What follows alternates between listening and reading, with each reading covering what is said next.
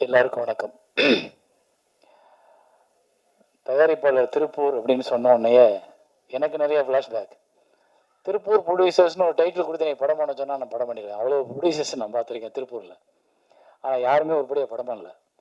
நீங்கள் ஃபஸ்ட்டு வந்து இந்த படத்தை பண்ணி கொண்டு வந்து நிப்பாட்டி அதை ரிலீஸ் பண்ண போறீங்கன்றதுக்கு உங்களுக்கு வாழ்த்துக்கள். எனக்கு நிறைய பேர் வேறு வேறு விஷயங்களுக்காக சினிமாவுக்கு வந்தவங்களா இருந்தாங்க. நீங்கள் மட்டும் சினிமாவை நோக்கி வந்தவங்களா இருந்திருக்கீங்க. எனக்கு சந்தோஷமாக இருக்குது. அது உங்கள் குடும்பத்தோடு உட்காந்துருக்கீங்க. அந்த குடும்பம் உங்களை நம்பி இந்த திரையுலகத்துக்குள்ளே அனுமதிச்சிருக்காங்க.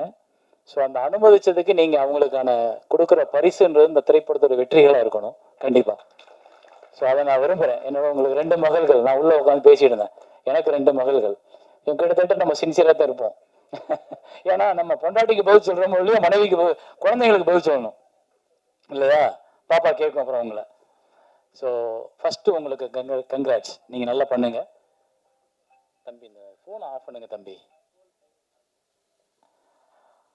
அப்புறம் இந்த படத்தோட ஃபர்ஸ்ட் இம்ப்ரெஷன், இந்த படம் நல்லா இருக்கும் போல இருக்கே அப்படின்னு நம்ம யோசிக்கிறதுக்கு முதல் காரணமாக இருக்குது அந்த டைட்டில் டிசைன். அது யார் பண்ணாங்கன்னு தெரியல. அந்த தம்பிக்கு என்னோட வாழ்த்துக்கள்.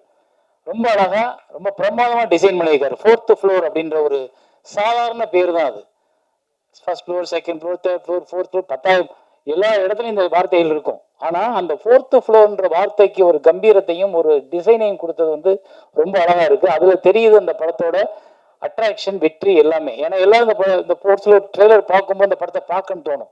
இன்னைக்கு நிறைய பேருக்கு வந்து அந்த த்ரில்லர் கைண்ட் ஆஃப் ஃபிலிம் இந்த மாதிரியான ஜேர்னர் தான் ஒர்க் அவுட் ஆகுது. அதை வந்து ரொம்ப அழகாகவே அவங்க ஃபோட்டோகிராஃபியாகவும் சரி, ஆர்டிஸ்ட் செலெக்ஷன்லையும் சரி, ஷார்ட் டிவிஷன்லையும் சரி கொடுத்துருக்க விதத்தில் வந்து ஏதோ ஒரு நம்பிக்கை இன்னைக்கு உள்ள அடுத்த ஜென்ரேஷனுக்கு வந்து அந்த படம் பிடிச்சிரும் அப்படின்ற ஒரு நம்பிக்கை ஏற்படுத்துது. ஸோ அதனால இந்த காம்பினேஷன் அடுத்த படம் பண்ணுறதுக்கு தயாராக இருங்க. ஏன்னா உங்கள் காம்பினேஷன் எல்லாமே நல்லா ஒர்க் அவுட் ஆயிருக்கு. ஃபோட்டோகிராஃபிலேருந்து, எடிட்டர்லேருந்து, மியூசிக்லேருந்து எல்லாமே ரொம்ப மியூசிக் ரொம்ப நல்லா இருக்குது பிரதர். ரொம்ப அழகாக பண்ணியிருக்கீங்க. அந்த வார்த்தைகள் எழுதின கவிஞர் ரொம்ப நல்லா இருக்கு. உங்களுக்கு எதிர்காலம் இருக்குது. நீங்கள் நம்பிக்கையோடு இருங்க, பயப்படாதீங்க, தைரியம் எந்திரிச்சுங்க. நான் தான் கவிஞர் இல்லைங்க. கவிஞனுக்கு ஒரு திமிர் இருக்கணும்ல, அது இருக்கலாம், தப்பு கிடையாது. அந்த அளவுக்கு நல்ல வார்த்தைகள் இருக்கு உங்ககிட்ட. எனக்கு ரொம்ப பிடிச்சிச்சு. டிசைன் பண்ணவும் நல்லா பண்ணியிருக்காங்க. அந்த எடிட்டர் யார் இங்கே இருக்காங்களா? சுதர்ஷன், ராம் சுதர்ஷன். அந்த இதுக்கிட்ட ஜெமினியில் இருப்பார் அவர். ஓகே ஓகே, சூப்பர், நல்லா பண்ணியிருக்காரு எடிட்டர். அண்டு ஆரி வந்து எனக்கு நண்பர், அப்புறம் என்னோட ஸ்டூடெண்ட்டு, அப்புறம் என் படத்தில் ஹீரோவாக நடித்தவர், அப்புறம் இப்போ நான் எடுத்த ஜேர்னியில் என்னோட ட்ராவல் பண்ணவர் நடித்தவர். அதை தாண்டி என்னோட உறவினர், அதை தாண்டி வந்து எங்கள் ஊருக்காரரு, மதுரைக்காரரு. ஸோ இப்படி எல்லா இடத்துலையும் எங்களுக்கு நெருக்கம் இருக்குது. எங்கள் குடும்பத்தோட எல்லாருக்கும் தெரிஞ்ச ஒரு ஒரு நண்பராக தான் நான் இங்கே வந்திருக்கேன். ஏன்னா அவரோட முயற்சி, அவருடைய ரொம்ப, அதாவது இங்கே வந்து பின்புலத்தில் ஆளை வச்சுக்கிட்டு வர்றவங்க நிறைய பேர். ஆனால் பின்புலத்தில் இல்லாமல் ஓடி வந்து ஒருத்தன் ஜெயிக்கிறான்ல, அவனுக்கு இருக்க வேல்யூ தனிதான் என்னவா இருந்தாலும். ஏன்னா பின்புலத்தில் எங்கள் அப்பா டைரக்டரு, இல்லை எங்கள் அப்பா வந்து ரைட்டரு, இல்லை எங்கள் அப்பா ப்ரொடியூசர்னு ஒருத்தர் வராமல் எனக்கு யாரையுமே சினிமாவில் தெரியாதுங்க, சினிமா தெரியும் அப்படின்னு வந்ததில் நான் ஒரு ஆள், அவர் ஒரு ஆள். ஸோ எங்களுக்கெல்லாம் அந்த வெற்றி தான் எங்களையே இன்னைக்கு வரைக்கும் உயிர்ப்போட வச்சிருக்கு. அப்படின்னா நாங்களா போராடி, நாங்களா ஜெயிச்சு, நாங்களா அந்த இடத்துல உட்காந்துருக்கோம். எங்களுக்கு யாரு பின்னாடி சப்போர்ட் பண்ணி நீ போயிரன்னு எங்களுக்காக 10 படம் எடுக்கல. ஒவ்வொரு படத்துக்கும் சுசீந்திரனுக்கும் அதே மாதிரி தான், அவருக்கும் இதே மாதிரியான இப்படி வந்தவங்க பாருங்க. தொடர்ந்து இண்டஸ்ட்ரியில படம் பண்ணிக்கிட்டே இருப்போம். ஏதோ ஒரு ரூபத்துல, ஏதோ ஒரு இடத்துல நாங்க எங்களுடைய படங்கள் மூலமா உங்ககிட்ட பேசிக்கிட்டே இருப்போம். அப்படி ஒரு ஆளா நான் ஆரியை பார்க்குறேன். எனக்கு ஆரியை வந்து முதல் படம் நான் ஆடும் கூத்து அப்படின்னு ஒரு படம் பண்ணும்போது, அந்த படத்துல டிவி சந்திரன் டைரக்டர், அவர் வந்து என்கிட்ட கேட்டார், எனக்கு இந்த கேரக்டர் பண்ணுறதுக்கு ஒரு நல்ல முகம் வேணும், ஒரு நல்ல பையன் வேணும் அப்படின்னு கேட்கும்போது, எனக்கு ஒரு ஆட்டோகிராஃபில் நடிக்க வந்தவரை நான் கூப்பிட்டு எனக்கு ஃபிசிக்கல் ட்ரெயினரை வாங்க. நான் ஒரு 72 கிலோ 76 கிலோ இருந்தேன். அப்போ அதை வந்து எனக்கு ஷூட்டிங் போகிறதுக்கு இன்னும் 10 நாள் 15 நாள் தான் இருக்குது, எனக்கு 12 13 கிலோ குறைக்கணும் ஆறினேன். சார் 15 நாளில் 13 கிலோவா, எப்படி குறைக்கிறதுன்னு. ஆனால் குறைச்சோம், தவம் மாதிரி குறைச்சோம். ஏன்னா அவர் என்னை வந்து சக்கையாக புழிஞ்சிருவார். ஸோ ஒரு ஒர்க்கில் உள்ள டெடிக்கேஷன் எனக்கு நான் அன்னைக்கு பார்த்தேன். ஸோ இந்த பையன் வந்து இந்த டைரக்டரை காக்கா பிடிச்சிக்கிட்டா பின்னாடியே இருக்கலாம், நாளைக்கு ஒரு படம் பண்ணிடலாம்னு நினைக்காம நம்ம நடிக்க தான் போனோம். ஆனால் ஒரு டைரக்டர் என்னை இதை மாற்றன்னு சொல்லி கொடுக்குறாரு.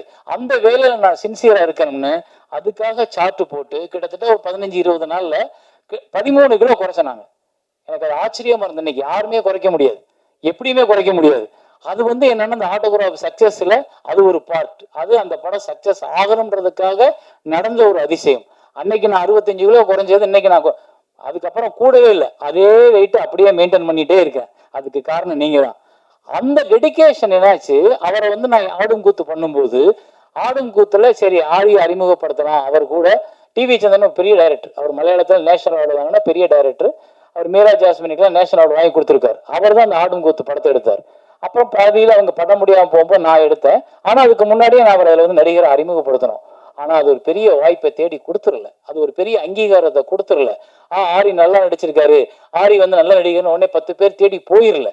அப்ப நமக்கு ஒரு தளர்ச்சியும், நமக்கு ஒரு தோல்வியை பற்றிய பயமும், நமக்கு வந்து ஒரு எதிர்காலம் பற்றிய பயமும் வரும். அந்த பயத்தை ஓவர் கம் பண்ணி ஒவ்வொருத்தனும் வந்து தன் முதல் தோல்வியை ஒரு மனிதன் கடந்துட்டான்னா எத்தனை தோல்வியும் கடக்கிறதுக்கான கம்பீரம், தைரியம் அவனுக்கு வந்துடும். அந்த முதல் தோல்வியை கடந்தவன் தான் ஆரி. அந்த முதல் தோல்வியை கடந்ததுனாலதான் இன்னைக்கு அவர் தளராமல் அடுத்து அடுத்து அடுத்து அடுத்துன்னு பண்ணும் பொழுது இப்ப இந்த படத்துல பார்த்தா ஆக்சுவலி தனஞ்சயன் சார் சொன்னது ரொம்ப உண்மை. அவ்வளவு பெர்ஃபெக்டா உள்ளுக்குள்ள உட்கார்ந்துருக்காரு. ஸோ இது இன்னி தொடர்ந்து அவருக்கு நிறைய படங்களை உருவாக்கும், நிறைய படங்களை கொண்டு வரும். தனியா நீங்க நிக்கிறதுக்கான ஒரு ஒரு வாய்ப்புகளை இன்னும் நிறைய உருவாக்கும் இந்த சினிமா. ஆனா நீங்க இந்த சினிமாவுக்கு உண்மையா இருங்க, அவ்வளவுதான். இந்த சினிமாவுக்கு உண்மையா இருந்தோம்னா போதும். ஸோ இதுதான் என்ன எனக்கு நான் உங்களுக்கு கொடுக்குற அட்வைஸ்ன்றது. மற்றபடி தனஞ்சயன் சார் சொன்னாரு, இது காலகாலமா கடந்த 20 வருஷமா நம்ம எல்லாம் புலம்பிக்கிட்டு இருக்கிறது தான். பாருங்க எல்லாரும் விட்டு ரெடியா இருக்காங்க, ஏதாவது ஒரு பால் விழுகும், இறை விழுகும் அப்படின்னு நினைக்கிறாங்க. அந்த இறையை எப்படி கொடுக்குறதுன்னு தெரியல. ஏன்னா தனஞ்சயன் சார் சொன்னது வந்து ஒரு கருத்து மட்டும் கிடையாது, நிறைய தயாரிப்பாளர்களோட வழி, நிறைய தயாரிப்பாளர்களோட பிரச்சனை. ஒரு படத்தை ஆசைப்பட்டு எடுத்துடுறோம், அந்த படத்தை மக்கள்கிட்ட கொண்டு போய் சேர்க்கறதுக்கும் மக்களை அந்த படத்தை பார்க்க வைக்கிறதுக்கும் நம்ம ரொம்ப கஷ்டப்படுறோம். அதுல நீங்க இன்னைக்கு வந்து உட்கார்ந்து இருக்கும்போது ராஜா சார் வந்து ஜெயிக்கணும் அப்படின்னு நான் ப்ரே பண்றேன்ல, அது காரணம் என்னன்னா ஏற்கனவே வந்த நிறைய தயாரிப்பாளர்கள் ஜெயிக்கல என்றப்போ அவங்க படுற வலியும் கஷ்டம் எனக்கு நல்லா தெரியும். நான் திருமணம்ன்ற ஒரு ப்ரொடியூசர், ஒரு புது ப்ரொடியூசர் வச்சு படம் பண்ணும்போது அந்த படம் பிரேக் ஈவன் ஆச்சு. இருந்தா கூட எனக்கு அந்த புது ப்ரொடியூசரை பயன்படுத்துறதுக்கு பயம் வருது. ஏன்னா அது அவர் உழைச்ச பணம், அவர் குடும்பம் ஒரு நம்பிக்கையோட காத்திருக்கிற பணம். அவர் ஒரு குடும்பத்துல வந்து ஒரு பணத்தை பிடுங்கி ஏதோ ஒரு தாகத்துல நம்ம ஒரு சினிமா ப்ரொடியூசர் வந்து கொண்டாந்து போடுற பணம். ஆனா அதை இங்க ஜெயிச்சு திருப்பி மீட்டு எடுக்கிறதுக்கு அந்த தயாரிப்பாளருக்கு வழி இருக்கான்னா இல்ல. அப்ப நாங்க மனசாட்சி அடகு வச்சுட்டு ஒரு தயாரிப்பாளர் தெரிஞ்சே ஒரு குழிக்குள்ள கொண்டு போய் தள்ளுறோமா அப்படின்னா ஆமா தள்ளுறோம். அது யாரு பிழைக்கிறதுக்கு? இங்க இருக்கிற 120 டெக்னீஷியனும் பொழைச்சிட்டு போயிடுவாங்க. இவங்க யாரும் சம்பளம் வாங்க வேலை பார்க்க போறது இல்லை.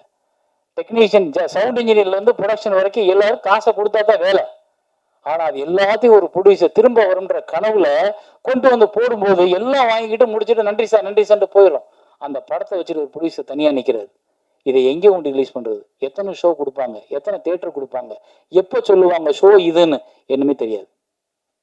அப்ப இதுக்கெல்லாம் காரணம் என்னன்னா, ஒழுங்குபடுத்தப்படாத சினிமாவிற்குள் நிறைய பேர் முண்டி அடிச்சு ஓடிட்டு இருக்கோம். டெய்லி நம்ம டிராபிக்ல போற மாதிரி எல்லாரும் என்ன இவ்வளவு டிராபிக், என்ன இவ்வளவு டிராபிக் நம்ம கேட்போம் போகும்போது.